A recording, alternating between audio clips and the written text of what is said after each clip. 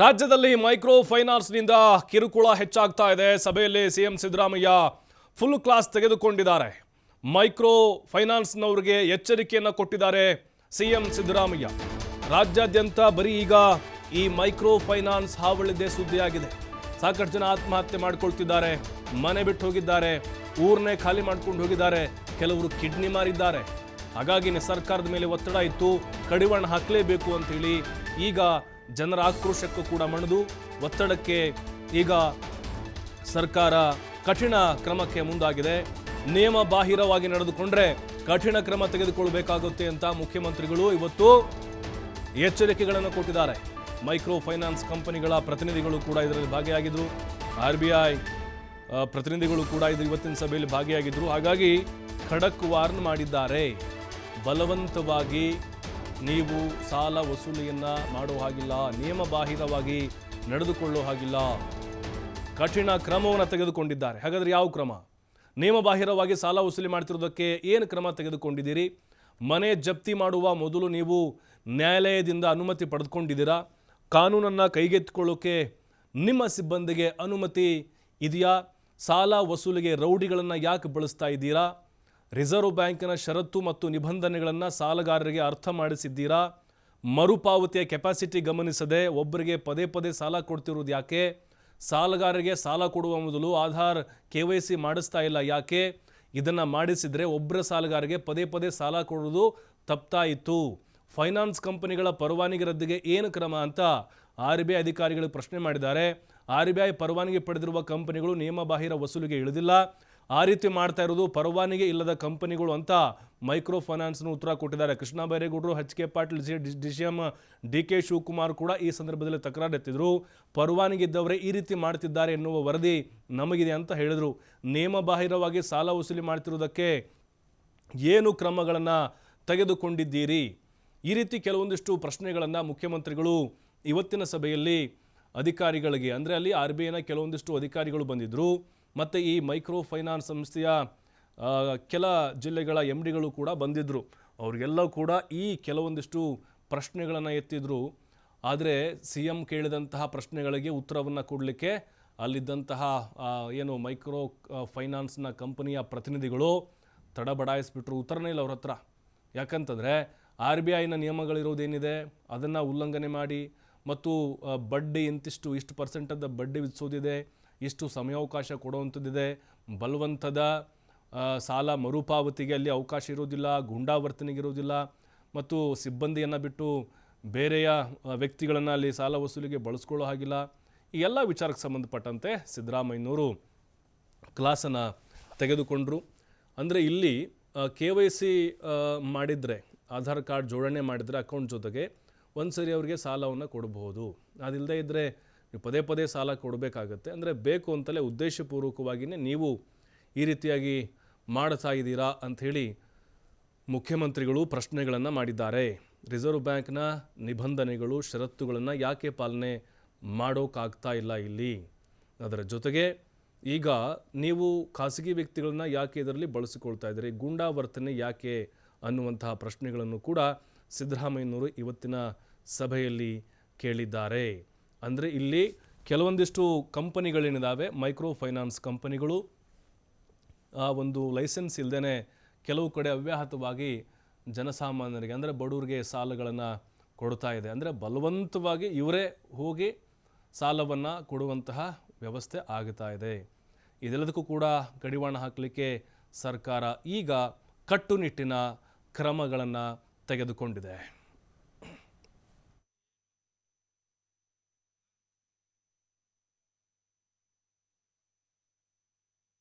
ಇವರು ಯಾರು micro finance ನಡೆಸ್ತಾರೆ,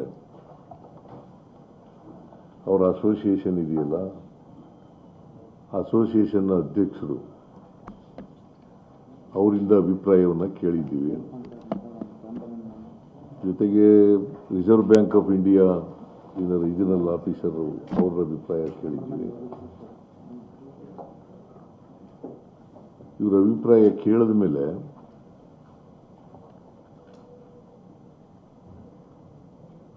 ಯಾರೂ ಕೂಡ ಸಾಲ ಕೊಡಬೇಡಿ ಅಂತ ನಾವು ಹೇಳಲ್ಲ, ವಸೂಲು ಮಾಡಬೇಡಿ ಅಂತ ಹೇಳಲ್ಲ. ಆದರೆ ವಸೂಲು ಮಾಡುವಾಗ ಕಿರುಕುಳ ಕೊಡಬಾರ್ದು, ಯಾರಿಗೂ ಎರಾಶ್ ಮಾಡಬಾರ್ದು.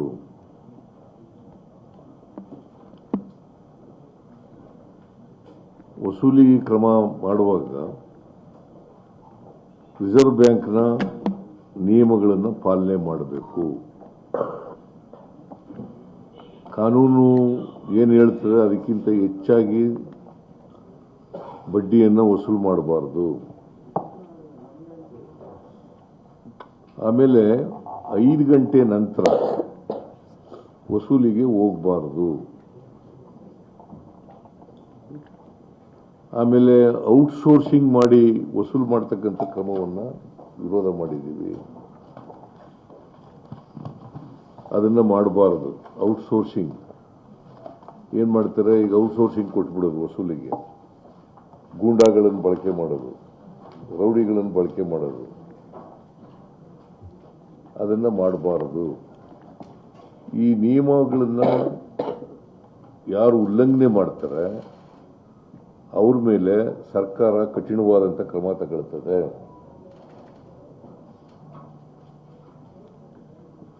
ಜೊತೆಗೆ ಇವತ್ತು ಮೈಕ್ರೋ ಫೈನಾನ್ಸಿಂಗ್ ಇನ್ಸ್ಟಿಟ್ಯೂಷನ್ಗಳಿರ್ಬೋದು, ಮನಿ ಲೆಂಡರ್ಸ್ ಆಕ್ಟ್ ಇರ್ಬೋದು, ಪಾನ್ ಬ್ರೋಕರ್ಸ್ ಆಕ್ಟ್ ಇರ್ಬೋದು, ಅಥವಾ ಎಕ್ಸಾರ್ಬಿಟೆಂಟ್ ಇಂಟ್ರೆಸ್ಟ್ ವಸೂಲು ಮಾಡ್ತಕ್ಕಂಥ ಕಾನೂನು ಇರ್ಬೋದು. ಈ ಕಾನೂನುಗಳನ್ನು ಉಲ್ಲಂಘನೆ ಮಾಡಿದ್ರೆ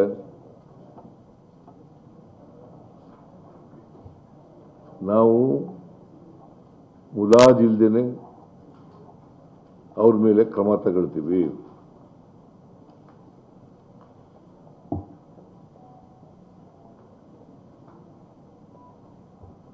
ಸೊ ಆ ಎಚ್ಚರಿಕೆಯನ್ನ ವಾರ್ನಿಂಗ್ ಮಾಡಿದ್ದೀನಿ ನಾನು ಅವ್ರಿಗೆ. ನೋಡಿ, ಇನ್ನು CM ಸಿದ್ದರಾಮಯ್ಯನವರು ಇವತ್ತು ಸಭೆಯಲ್ಲಿ ವಾರ್ನಿಂಗನ್ನು ಕೊಟ್ಟಿದ್ದು ನಾವು ನೋಡಿದ್ವಿ. ಇನ್ನು ಸಭೆಯಲ್ಲಿ ಇವತ್ತು ಆಗಿದ್ದಾದರೂ ಏನು ಚರ್ಚೆ ಆಯ್ತು ಹಾಗಾದರೆ ಅದನ್ನು ಕೂಡ ನೋಡ್ತಾ ಹೋಗೋಣ ನಾವು. ಮೈಕ್ರೋ ಫೈನಾನ್ಸ್ಗಳಿಂದ ಸಾಲ ಪಡೆಯುವವರ ಹಿತವನ್ನು ಕಾಪಾಡೋಕೆ ಸರ್ಕಾರ ಬದ್ಧವಾಗಿದೆ. ಅಂದರೆ ಸರ್ಕಾರ ನಿಮ್ಮ ಪರವಾಗಿದೆ, ಯಾವುದೇ ಕಾರಣಕ್ಕೂ ಆತಂಕ ಬೇಡ. ಅಂದರೆ ಯಾರ್ಯಾರೆಲ್ಲ ಸಾಲ ಪಡೆದುಕೊಂಡಿದ್ರೋ ಅವರ ಹಿತವನ್ನು ಕಾಯಲಿಕ್ಕೆ ನಾವು ಬದ್ಧ ಆಗಿದ್ದೀವಿ ಅಂತ ಮುಖ್ಯಮಂತ್ರಿಗಳು ಅಭಯವನ್ನು ಕೊಟ್ಟಿದ್ದಾರೆ.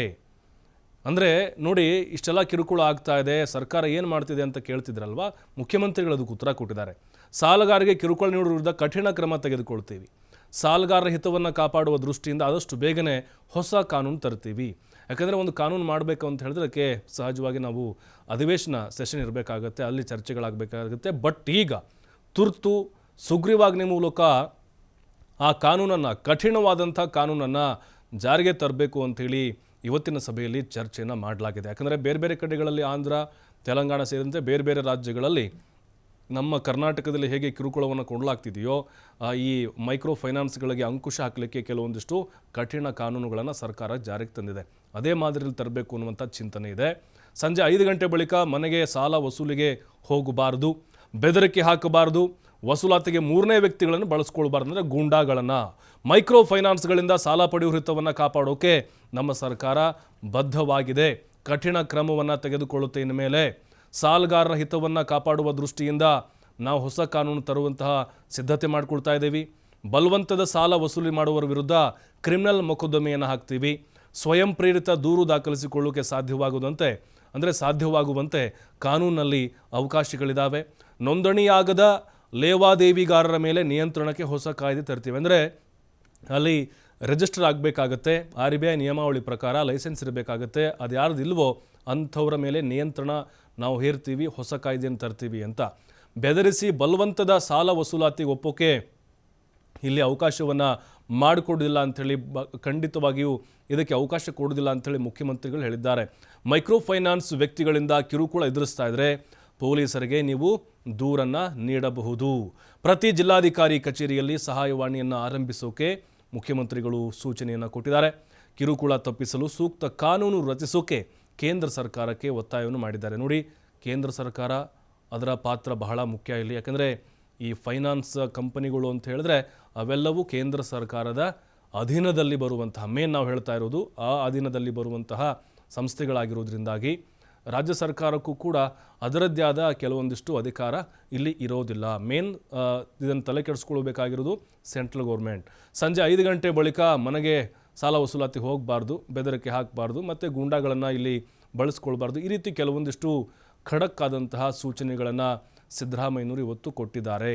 ಅಂದರೆ ನೋಡಿ, ಇದಿನ್ನೂ ಕಾನೂನು ಆಗಬೇಕು. ಸರ್ಕಾರ ಈಗ ಭರವಸೆ ಕೊಟ್ಟಿದೆ, ಕಂಪ್ಲೇಂಟ್ ಕೊಡಿ, ಸಹಾಯವಾಣಿಗೆ ಫೋನ್ ಮಾಡಿ, ಬೆದರಿಕೆ ಹಾಕಂಗಿಲ್ಲ, 5 ಗಂಟೆ ಮೇಲೆ ವಸೂಲಿ ಹೋಗಂಗಿಲ್ಲ ಅಂತೇಳಿ. ಆದರೆ ಅದು ಕಾನೂನಾಗಿ ಇನ್ನೂ ಮಾರ್ಪಾಡಾಗಬೇಕು. ಅದು ಸುಗ್ರೀವಾಜ್ಞೆ ಮೂಲಕ ಆದ್ರೂ ಕೂಡ ರಾಜ್ಯ ಸರ್ಕಾರ ಅದನ್ನು ಜಾರಿಗೆ ತರಬಹುದು. ಅಂದರೆ ಅದು ಉಲ್ಲೇಖ ಆಗಬೇಕಲ್ಲ, ದಾಖಲಾತಿಗಳಲ್ಲಿ ಬರಬೇಕು. ಅಲ್ಲಿವರೆಗೂ ಈ ಮೈಕ್ರೋ ಫೈನಾನ್ಸ್ ಕಂಪನಿಗಳು ಮತ್ತೆ ತಮ್ಮ ಆರ್ಭಟವನ್ನು ಮುಂದುವರಿಸ್ಬೋದು. ಎಲ್ಲಿದೆ ಪ್ರೂಫು, ಏನಿದೆ ತೋರಿಸಿ ಅಂತ ಹೇಳ್ಬೋದು. ಸರ್ಕಾರದೆಲ್ಲ ನಿರ್ಧಾರ ತಗೊಂಡ್ರಾ, ಎಲ್ಲಿದೆ ಅದನ್ನು ಕೇಳ್ಬೋದು.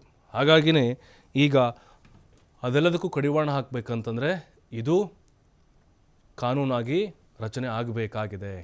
ಬಟ್ ಇವೆಲ್ಲ ಮುಖ್ಯಮಂತ್ರಿಗಳು ಇವತ್ತೇನು ಚರ್ಚೆ ಮಾಡಿದ್ದು ಮತ್ತು ಪ್ರಶ್ನೆಗಳನ್ನು ಅವ್ರಿಗೆ ಕೇಳಿದ್ದು ಇವೆಲ್ಲವೂ ಕೂಡ ಒಂದು ಎಚ್ಚರಿಕೆಯ ಗಂಟೆ ಅಂಥೇಳಿ. ಸರ್ಕಾರ ಈಗ ಈ ನಿಯಮಗಳನ್ನು ಏನು ಹೊರಡಿಸಿದೆ ಅದರ ಪ್ರಕಾರ ಕ್ರಮವನ್ನು ತೆಗೆದುಕೊಳ್ಳೋಕೆ ಅವಕಾಶಗಳು ಇದ್ದಾವೆ. ಆದರೆ ಅಷ್ಟೊಂದು ಅವಕಾಶಗಳು ಇಲ್ಲ. ಬಲವಾದಂತಹ ಕಾನೂನಿನಲ್ಲಿ ನೋಡಿ, ಈಗ ಅವ್ರಿಗೂ ಕೂಡ ಕೆಲವೊಂದಿಷ್ಟು ನಿಯಮಗಳು ಬರ್ತವೆ ಈ ಮೈಕ್ರೋ ಫೈನಾನ್ಸ್ಗಳಿಗೆ. ಇಲ್ಲಿ ಸರ್ಕಾರ ಕೂಡ ಜನರಿಗೆ ಭರವಸೆಯನ್ನು ಕೊಡುವಂಥ ಕೆಲಸವನ್ನು ಮಾಡಿದೆ.